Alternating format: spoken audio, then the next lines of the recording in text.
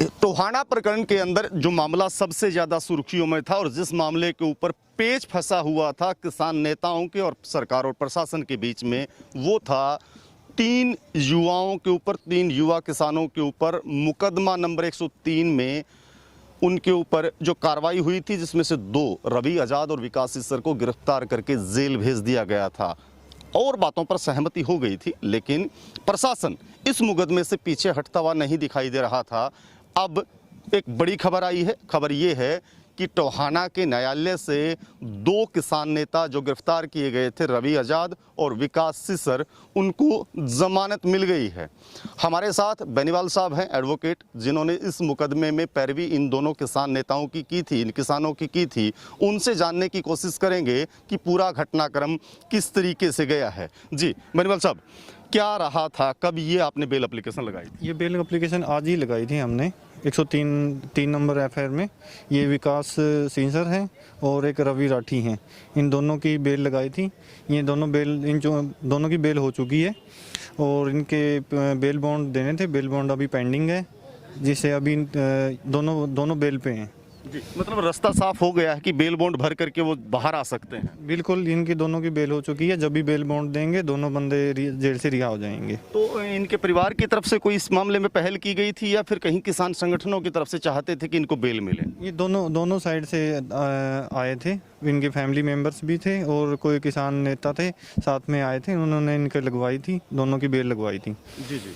तो अभी क्या है, बेल बॉन्ड भरने की इनकी थी कि या फिर कहीं ना कहीं ये चाहते हैं कि नहीं बाद में हम लोग इस पे करवाएं? बेल बॉन्ड की ट्राई भी की थी हमने, बेल बॉन्ड दी थी। आरसी पे इनकी बेल करवा रहे थे, तो न्यायालय जज साहब ने कहा कि इनकी बेल के लिए हमने हाईलाइटेड मामला है, हमने इनको फर दिया, कोई रजिस्ट्री वगैरह आप दें इसके लिए।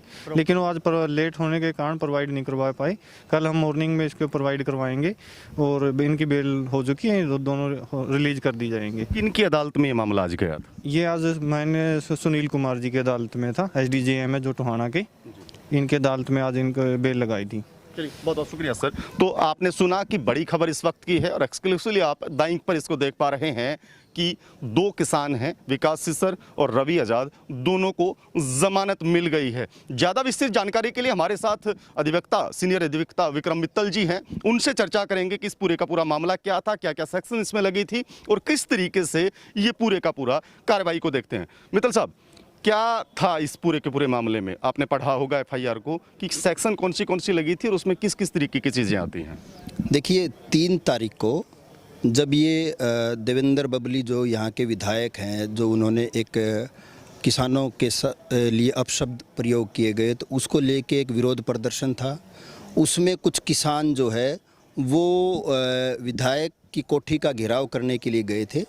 वहाँ पर पुलिस ने उनको गिरफ्तार किया और बाकी लोगों को छोड़ दिया गया, परंतु 3 लोगों के ऊपर मुकदमा दर्ज किया गया। उन 3 लोगों में से भी 2 को अंदर रख लिया गया, परंतु एक को उसमें से भी छोड़ दिया गया। उसमें जो धाराएं लगी हैं, एक डिजास्टर मैनेजमेंट एक्ट की एक धारा 51B वो लगाई है, एक 147 है, 149, 186, 188, 269 और 353। इन धाराओं के तहत सदर जो टोहाना का जो थाना है उसने मुकदमा दर्ज किया था। और इसमें जो मुख्यतः जो 353 की जो धारा है वो है कि पब्लिक सर्वेंट को के ऊपर हमला करना, उसको ड्यूटी में ना करने देना, ये एक मुख्य धारा थी। और इसके अलावा जो है 186 और 188 सरकारी ड्यूटी में बाधा का आप कह सकते हैं, और 269 है कि आप बीमारी फैला रहे हैं, आपकी लापरवाही से बीमारी फैल सकती है। कोविड को लेकर के ये जो 2 धाराएं हैं 269 और डिजास्टर मैनेजमेंट एक्ट, ये कोविड को लेकर लगाई गई थी। और 147, 149 5 आदमियों से ज़्यादा इकट्ठे होने के ऊपर और कॉमन ऑब्जेक्ट को लेकर ये धारा लगाई जाती है। और 353 इनमें से एक मुख्य धारा है जो कि किसी पब्लिक सर्वेंट के ऊपर हमला करने को लेके वो धारा है। आज माननीय अदालत ने हमारे जानकारी ली है कि सुनील कुमार जी की अदालत से उनको जमानत मंजूर हो गई है। सुनील कुमार जी ने पुलिस को नोटिस किया था, पुलिस ने जवाब दिया और उसके बाद वकीलों की बहस के बाद और अल्टीमेटली जमानत मंजूर हो गई है। बेल बॉन्ड आज नहीं दे पाए हैं किसी कारण से, तो कल बेल बॉन्ड शायद सबमिट हो जाएंगे। क्या बेल बॉन्ड की ज़रूरत पड़ती है या फिर ये अधिकार क्षेत्र का मामला है न्यायालय का कि उसके बगैर भी काम चल सकता था इस पूरे मामले में? क्योंकि संवेदनशील मामला है, किसान थाने का घेराव करके बैठे हैं, 24 घंटे से ज़्यादा का वक्त हो गया है। ऐसे मामले में क्या काम चल सकता था या फिर ये आवश्यक होता है? देखिए, कोर्ट में आने के बाद कोर्ट में विदाउट बॉन्ड तो कोर्ट बिल्कुल भी नहीं छोड़ सकती। हाँ, कोर्ट के पास ये पावर थी कि वो श्योरिटी जमानती ना ले और वो पर्सनल बॉन्ड के ऊपर छोड़ सकती थी। पर्सनल बॉन्ड अक्यूज्ड का ले लेते और वो भी जेल से ही लिया जा सकता था, वो मंजूर कर सकती थी कोर्ट। परंतु इसमें कोर्ट ने ऐसा शायद जायज़ नहीं समझा होगा कि वो उनको ये भी लगा होगा कि ये अभी किसान आंदोलन चल ही रहा है तो विदाउट श्योरिटी कल को क्या होगा, इस तरीके के अंदेशे कोर्ट में रहते हैं। तो इस लिहाज से उन्होंने बिना जमानती के जमानत देने से मना किया और पर्सनल बॉन्ड पे छोड़ने से मना किया।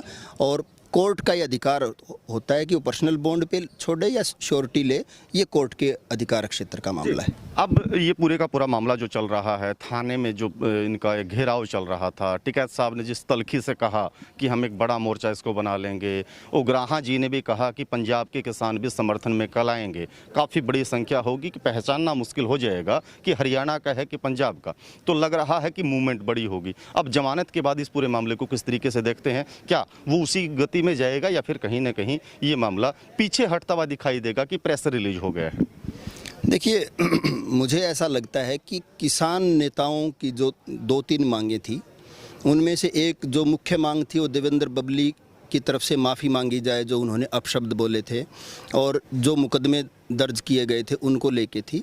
और देवेंद्र बबली जी ने माफ़ी मांग ली है। और जहाँ तक इस मुकदमे का सवाल है जिसमें अरेस्ट किया गया किसान नेताओं की थी कि उनको रिहा किया जाए। अब रिहा, चूँकि कोर्ट में हमने बेल एप्लीकेशन लगा दी है तो ये कोर्ट के अनुसार ही अब ये मुकदमा चलेगा। अब इसमें सरकार जो है ना एज सच उनको रिहा कर भी नहीं पाएगी, प्रशासन जो है। अब जो है कोर्ट के अंदर पुलिस के पास ऑप्शन ये है कि वो कैंसिलेशन इसकी फाइल कर सकते हैं अगर वो चाहें तो, पर इसमें गुंजाइश उसकी भी कम लगती है। ये डिपेंड करेगा कि किसान आंदोलन का कितना प्रेशर रहता है, वो उसके ऊपर डिपेंड करेगा। किसान आंदोलन का क्या रहेगा वो तो देखो मेरे से बेहतर आप लोग ज़्यादा बेहतर समझ पाएंगे कि किसान आंदोलन अब किस गति से ले पाएगा। हालांकि किसानों की कल की कॉल है, वो थानों का घेराव करेंगे। और उसमें ये भी है कि ये जो मुकदमा दर्ज किया गया, मुझे नहीं लगता कि 353 की जो धारा है वो किसी भी तरीके से इस मुकदमे में बनती थी, क्योंकि किसी भी मीडिया रिपोर्ट से ये जानकारी नहीं आई कि किसी सरकारी कर्मचारी के ऊपर या पुलिस के कर्मचारी के ऊपर कोई हमला किया गया हो। ऐसी कहीं से कोई जानकारी नहीं थी। ये मुकदमा 353 की जो धारा है वो बिल्कुल नाजायज़ मुझे लगती है। हालांकि वहाँ वो बोलते हुए युवा उससे पहले दिखाई देते हैं कि हम लोग गिरफ्तारी देना चाहते हैं। वो गिरफ्तारी उन्होंने पहले ही कहा था कि हम लोग आगे बढ़ेंगे और हम गिरफ्तारी देने के लिए तैयार हैं, और उन्होंने खुद स्वेच्छा से गिरफ्तारी के लिए कहा था और प्रशासन ने उनको गिरफ्तार कर लिया। ये प्रशासन का काम था, उनको गिरफ्तार करके उनको मुकदमे में इन्वॉल्व करते या बिना मुकदमे के भी उनको छोड़ा जा सकता था। परंतु प्रशासन शायद इसमें सरकार कह सकते हैं कि वो टकराव के मूड में थी और उन्होंने एक टकराव ले लिया। और इस टकराव लेने की वजह से इतना बड़ा बवाल टोहाना के अंदर हुआ। टोहाना जो एक शांतिप्रिय इलाका है, इतना बड़ा किसानों का जमघट हुआ, किसानों को परेशान किया गया। तो इस मामले में सरकार को, प्रशासन को, विधायक को ज़रूर आगे से ख्याल रखना चाहिए। बहुत बहुत शुक्रिया सर। तो ये एडवोकेट विक्रम मित्तल जी थे जिन्होंने बिल्कुल विस्तार से इस पूरे के पूरे मामले की, उसमें लगी हुई धाराओं की और तमाम चीज़ों की जानकारी दी है। और उससे पहले जो दोनों के दोनों किसान हैं, उनके वकील थे मिस्टर बेनीवाल, उन्होंने बताया है कि आज यहाँ की स्थानीय अदालत में, टोहाना की स्थानीय अदालत में बेल एप्लीकेशन लगाई गई थी और दोनों ही किसान रवि आजाद और विकास सीसर, जमानत उनको मिल गई है। एक संडे होने की वजह से बेल बॉन्ड जो था वो भर नहीं पाए।